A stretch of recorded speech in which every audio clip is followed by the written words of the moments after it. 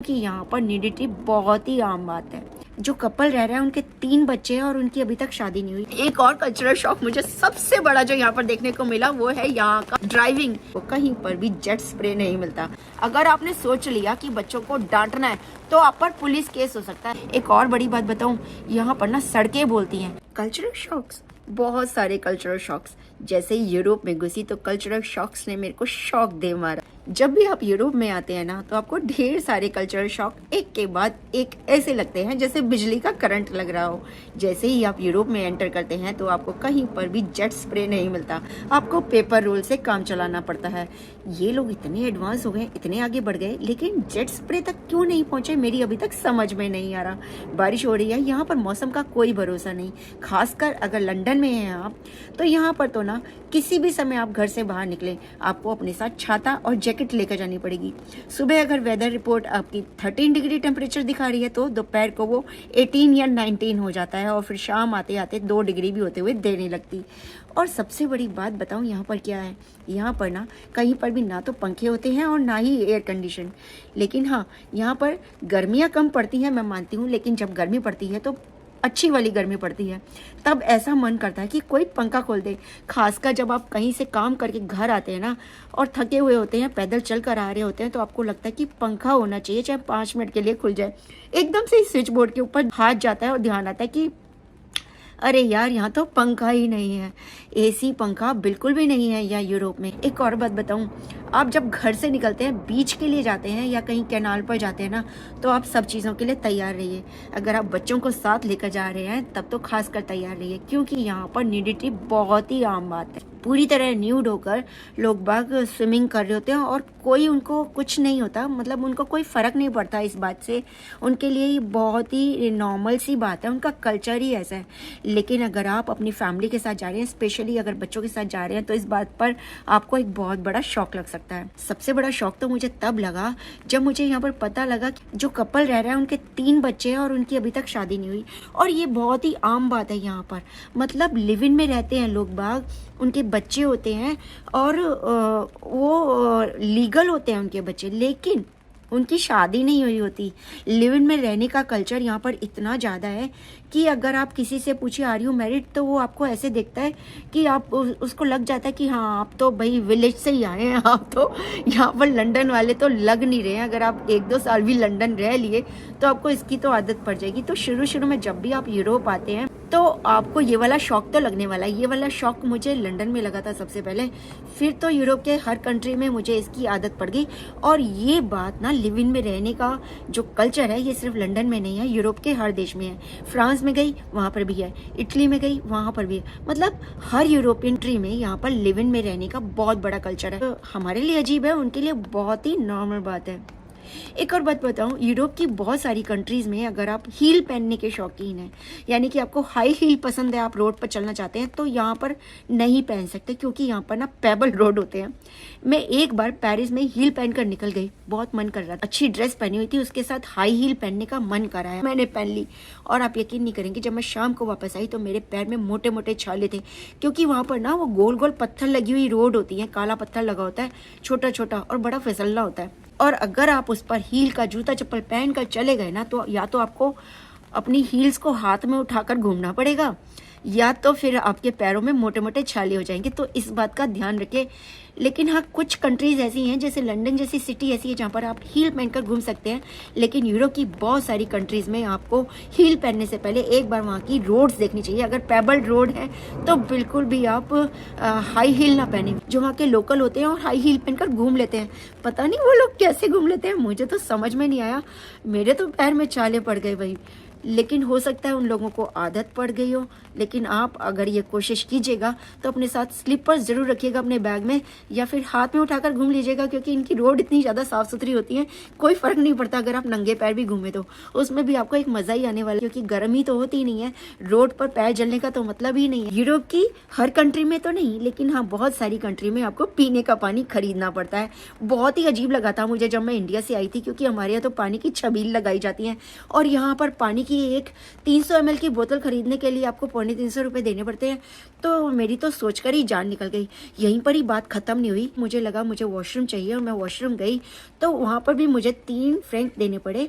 तो फ्रांस में तो खास कर अगर आपको वॉशरूम यूज़ करना है तो आपको 2 से 3 फ्रैंक देने ही पड़ेंगे और आपकी जेब से 200-300 रुपये की ऐसी तैसी हो जानी है। यानी कि आप पीने के लिए पहले पानी खरीदेंगे 300 रुपये का, उसके बाद आप टॉयलेट जाने के लिए 300 रुपये खर्च करेंगे, बस यहाँ तो आपकी वाट लग जानी है। शुरू शुरू में मेरे साथ ऐसा ही हुआ, फिर मेरे को लगा कि नहीं, पानी घर से लेकर चलो, पानी की बॉटल साथ में लेकर चलो और थोड़ा थोड़ा करके पानी पियो, जैसे वहाँ के लोकल लोग पीते हैं।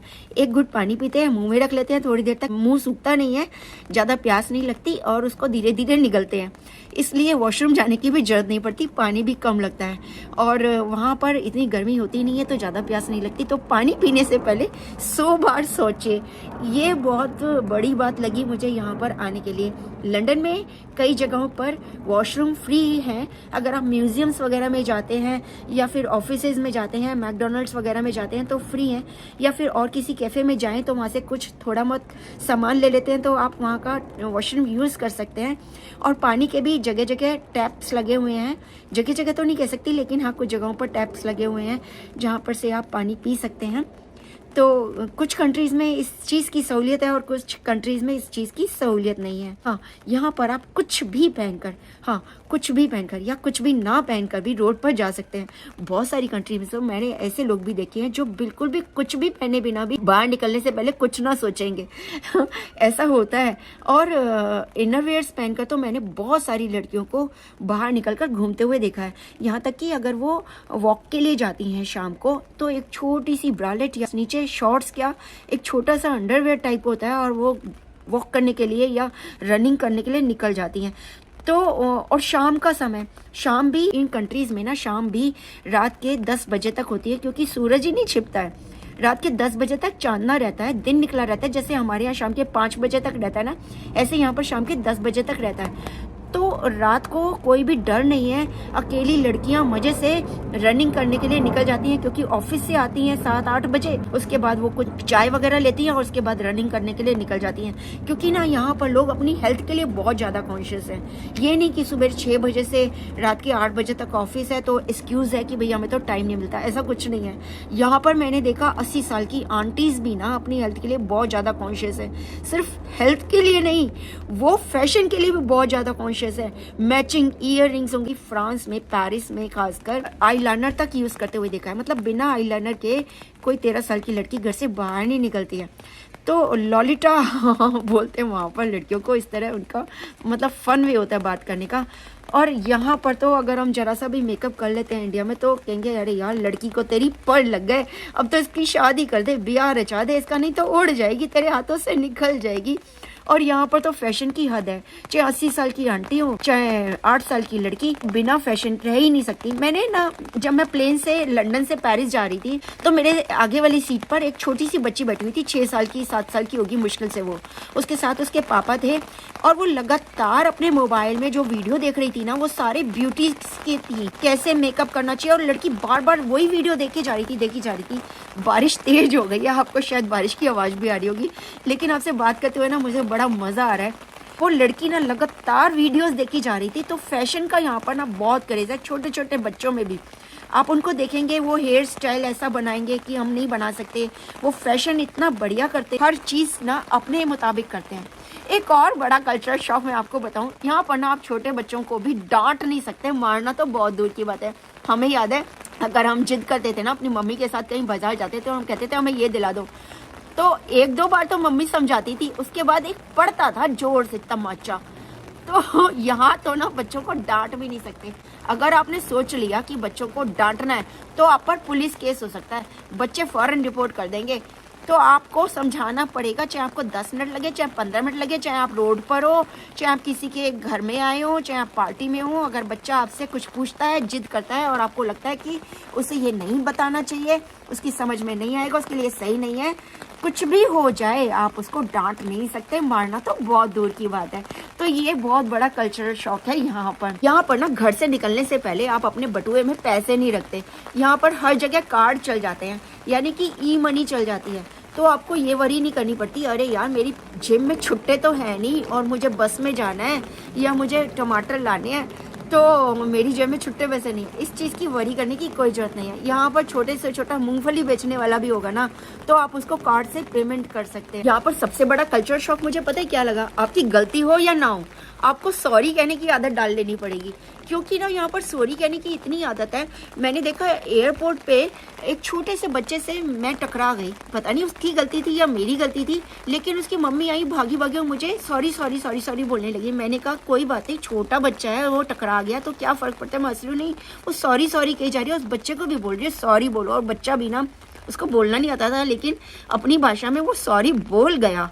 तो यहाँ पर ना अगर आपसे कुछ भी गलती हो जाए, आपको सॉरी तो बोलना ही चाहिए। गलती ना भी हो तो भी सॉरी बोल देना चाहिए। बाई चांस अगर आपकी गलती हुई और आपने सॉरी नहीं बोला तो लेने के देने पड़ सकते हैं, वो आपको स्यू कर सकता है। तो ये चीज़ का ध्यान रखिएगा। एक और कल्चरल शॉक मुझे सबसे बड़ा जो यहाँ पर देखने को मिला वो है यहाँ का ड्राइविंग। यहाँ पर जो गाड़ी चला रहा होता है, जैसे सपोज कि मैं चला रही हूँ या आप चला रहे हैं, कोई भी जो गाड़ी चला रहा है, उसे ये ध्यान रखना होता है कि अगर कोई पैदल जा रहा होता है और अगर रेड लाइट नहीं हुई है, ग्रीन लाइट है, तब भी अगर कोई पैदल वाला जा रहा है, गलती उसकी है, तो भी आपको गाड़ी रोक देनी चाहिए, मुंह पर स्माइल लाकर बोलना चाहिए कि पहले आप जाइए। ये एक बहुत ही बड़ी अजीब सी चीज़ लगी मुझे यहाँ पर। अगर इंडिया में ऐसा होता है कि ग्रीन लाइट है पैदल चलने वालों के लिए, अभी ग्रीन लाइट नहीं हुई है और वो रोड क्रॉस करने की कोशिश भी करे, तो इतनी मोटी मोटी गालियाँ पड़ती हैं, तेरी आंखें नहीं है, अंधा है, तेरे को दिखाई नहीं देता, तू रोड पर क्यों निकला, जा अपने घर जा, तेरी माँ की और तेरी बहन की, इतनी बड़ी बड़ी गालियां पड़ती हैं कि बस ऐसा मन करता है कि या तो अपना सर फोड़ लो या सामने वाले का सर फोड़ दो। और यहाँ पर तो ना गाड़ी जो चलाते हैं ड्राइवर्स, वो पता नहीं क्या खाकर घर से निकलते हैं।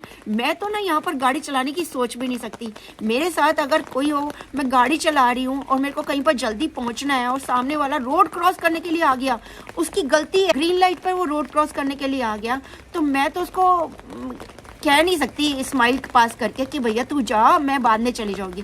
लेकिन यहाँ पर ऐसा ही है, अगर आपसे गलती हो जाती है, आप पेडेस्ट्रियन को जाने के लिए नहीं देते हैं, तो आपका एक पॉइंट कट जाएगा, और अगर आपके 6 पॉइंट कट गए तो आपका लाइसेंस 3 महीने के लिए रद्द हो जाएगा, और फिर दोबारा लाइसेंस बनवाने के लिए आपको फिर से टेस्ट देना पड़ेगा, जो कि पास करना आसान नहीं है। एक तो फीस इतनी मोटी है और उसको पास करना आसान नहीं है।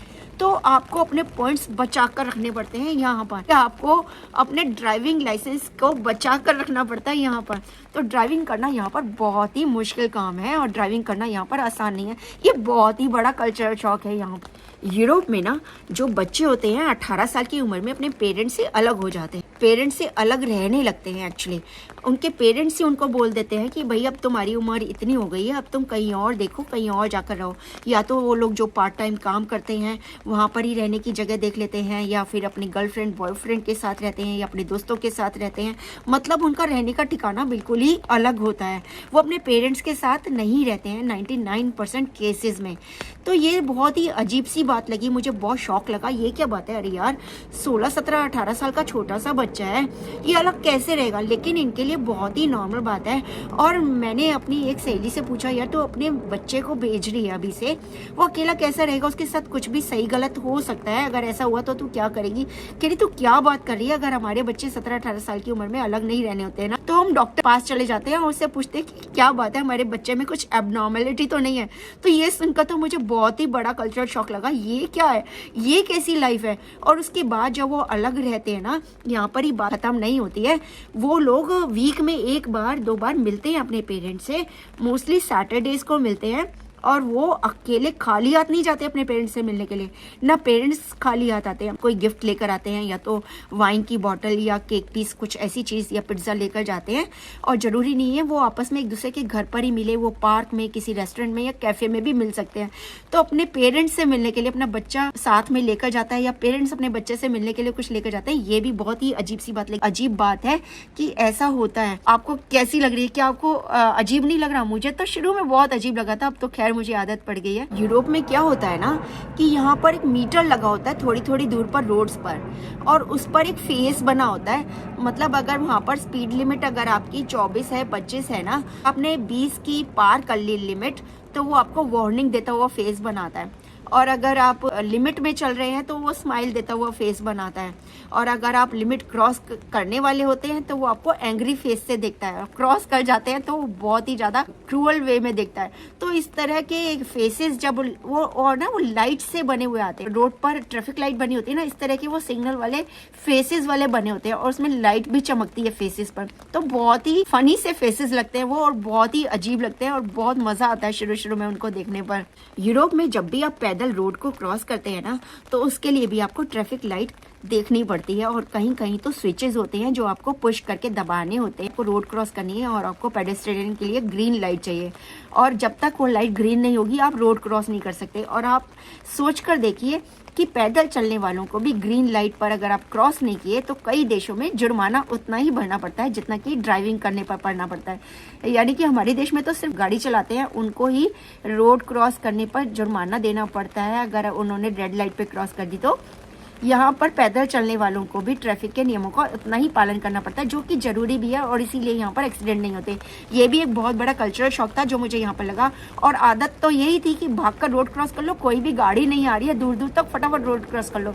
लेकिन कुछ नहीं पता, एकदम से कहीं से भी कोई भी गाड़ी आ सकती है और आपकी जान जा सकती है। ध्यान रखें रोड क्रॉस करने से पहले, इसमें आपको 2 से 3 महीने आसानी से लग जाएंगे। एक बड़ा कल्चरल शॉक जो मुझे यूरोप में लगा वो ये लगा कि अगर आप एस्केलेटर से या सीढ़ियों से अगर उतरते हैं या चढ़ते हैं तो आप अपने राइट साइड में रहिए। अगर आप लेफ्ट में खड़े हो जाते हैं तो वो बैड मैनर्स माने जाएंगे, आपके एटिकेट के खिलाफ जाएगा। और लाइन लगी होती है राइट साइड में, आपको खड़ा होना है बिल्कुल दीवार से सट कर, क्योंकि यहाँ ना एस्केलेटर या सीढ़ियाँ भी ना इतनी चौड़ी चौड़ी नहीं होती जैसे हमारे इंडिया में, तो छोटे छोटे पतले पतले से एस्केलेटर होते हैं। उसमें आप एक साइड में खड़े रहिए, जिसको भागकर चढ़ना या उतरना है वो लेफ्ट से होकर भागकर चढ़ या उतर लेगा। ये भी मुझे बहुत अजीब लगा। शुरू में तो ना मुझे ध्यान ही नहीं रहता था, छोटे से तो एस्केलेटर होते हैं, मैं बीचों बीच जाके खड़ी हो जाती थी। फिर मेरे साथ जो भी होता था वो मुझे टोकता था कि भैया राइट साइड में हो जा वरना कोई टोकेगा तुम्हें, और मेरे को बहुत बार इसके लिए सॉरी भी कहना पड़ा। तो ये एक बड़ा कल्चरल शॉक है जो कि यूरोप में है और आपको देखना पड़ेगा। एक और कल्चरल शॉक जो मुझे यहाँ पर लगा, यहाँ पर ड्राइविंग करने के लिए ना बिल्कुल ही अपोजिट साइड का पर स्टीयरिंग होता है। यानी कि जहाँ पर हमारे इंडिया में राइट साइड में स्टीयरिंग होता है, यहाँ पर लेफ्ट साइड में होता है। तो शुरू में तो जब आप ड्राइविंग करते हैं ना, सीखते भी हैं लाइसेंस लेने के लिए, तो इतनी ज़्यादा परेशानी होती है कि साल से 1.5 साल लग जाता है आपको हाथ बिठाने के लिए, और बैठता ही नहीं है, बहुत मुश्किल होती है। इसी तरह आपको रोड पर चलने के लिए, रोड क्रॉस करने के लिए इस बात का ध्यान रखना पड़ता है, क्योंकि यहाँ पर ट्रैफिक बिल्कुल अपोजिट डायरेक्शन में चलता है। तो इस बात का ध्यान रखें जब भी आप रोड पर चलें, क्योंकि ट्रैफिक बिल्कुल अपोजिट साइड पर चलेगा। एक और कल्चरल शॉक है, यहाँ पर आप हॉर्न नहीं बजा सकते। कोई भी गाड़ी अगर अपना हॉर्न बजा देगी उसको 1 लाख रुपए का जुर्माना है। तो हॉर्न तो बजा ही नहीं सकते, चाहे कुछ भी हो जाए। और बिना हॉर्न के यहाँ पर गाड़ियाँ कैसे चल लेती हैं, शुरू में तो मुझे बहुत ही अजीब लगा था। हम तो जब घर से बाहर निकलते हैं पा पा पा पा चीख पुकार मची होती है। घर भी अगर आपका रोड साइड पर होता है ना तो हॉर्न की आवाज़ें सुनने की आदत हो जाती है। और यहाँ पर तो आपको ऐसा लगता है अरे यार इतना सन्नाटा क्यों है, रोड पर इतना सन्नाटा कैसे हो सकता है भाई, समझ में ही नहीं आता। लेकिन यहाँ पर रोड्स पर बहुत ज़्यादा सन्नाटा होता है, इतना सन्नाटा कि अगर आप तेज़ी से बोल लिए तो आपकी आवाज़ें दूर तक जाएंगी, क्योंकि यहाँ पर हॉर्न नहीं बजाए जाते। पता नहीं यार बिना हॉर्न बजाए ये गाड़ी कैसे चला लेते हैं, चलाने में मज़ा कैसे आता है। मुझे तो बिल्कुल भी मज़ा नहीं आने वाला अगर मैं बिना हॉर्न बजाए गाड़ी चलाऊँगी, और इतने मज़े के लिए मैं इतना मोटा फ़ाइन तो देने से रही। तो इसलिए अच्छा यही है कि जब तक हो सके मैं ड्राइविंग यहाँ पर नहीं करूँ, जब तक गुजारा हो जाए मैं यहाँ पर ड्राइविंग बिल्कुल भी नहीं करूँगी। आप क्या कहते हैं, क्या मुझे ड्राइविंग करनी चाहिए? लाइसेंस लेने के बाद भी मैं नहीं सोचती कि मुझे यहाँ पर ड्राइविंग करनी चाहिए। एक और बड़ी बात बताऊँ, यहाँ पर ना सड़कें बोलती हैं, सच बता रही हूँ मैं। यहाँ पर सड़कों पर लिखा रहता है राइट देखिए, लेफ्ट देखिए, यहाँ पर स्कूल है, यहाँ पर ये है, यहाँ पर वो है, ये सब कुछ ना सड़कों पर लिखा होता है, बड़ा बड़ा लिखा होता है, दूर से आप पढ़ लेंगे। हमारे यहाँ तो साइड में खंभों पर लिखा होता है, प्लेट लगी होती है कोई जिस पर की सारी चीज़ें लिखी होती है। यहाँ पर सड़कों पर ही बड़ा बड़ा लिखा होता है कि यहाँ पर से ऐसे आपको राइट देखना है, आपको लेफ्ट देखना है, आपको यहाँ मुड़ना है, ये सड़क का नाम ये है, या फिर इसके आगे स्कूल है या फिर इसके आगे ये। सब कुछ सड़कें ही बोलती हैं यहाँ पर। इंसान कम बोलते हैं, सड़कें बोलती हैं। अधिकतर इंसान तो बस भागते रहते हैं, क्योंकि ये जगहें ऐसी हैं कि बस हर कोई भागता है यहाँ पर, किसी के पास किसी के लिए समय नहीं है। जिंदगी सिर्फ भागती है यहाँ पर। तो ये भी बड़ा कल्चरल शॉक लगा मुझे यहाँ पर कि सड़कों पर सब कुछ लिखा होता है। यूरोप में ना बहुत सारी कंट्रीज ऐसी हैं जहाँ पर रात 11 बजे होती है। हमारे यहाँ तो दिन छिप जाता है 5, साढ़े 5, 6 बजे तक तो अंधेरा होने लगता है, लेकिन यहाँ पर 9, साढ़े 9, 10 बजे तक तो बिल्कुल रोशनी होती है। बिल्कुल ऐसा लगता है जैसे दोपहर हो रही है, शाम हो रही है। कोई कहे कि अभी तो डिनर का टाइम हो गया, तो मैं कहती हूँ अरे डिनर का टाइम हो गया, अभी तो देखो कितनी रोशनी हो रही है। कोई कहता है अरे बच्चों को सुलाने जा रही हूँ। मैं कहती बच्चों को सुलाने जा रही हो अभी से? तो यहाँ पर ना दिन निकलता रहता है बहुत देर तक। तो ये भी एक कल्चरल शॉक लगा मुझे यहाँ पर। आपसे बात करते टाइम का पता ही नहीं लगा। वीडियो बहुत लंबी हो गई, बाकी की बातें दूसरे वीडियो में करेंगे। और हाँ, मेरे चैनल पर नए हैं, सब्सक्राइब नहीं किया है तो प्लीज जल्दी से सब्सक्राइब कर दीजिए। आपको यूरोप की बहुत सारी बातें जो बतानी है।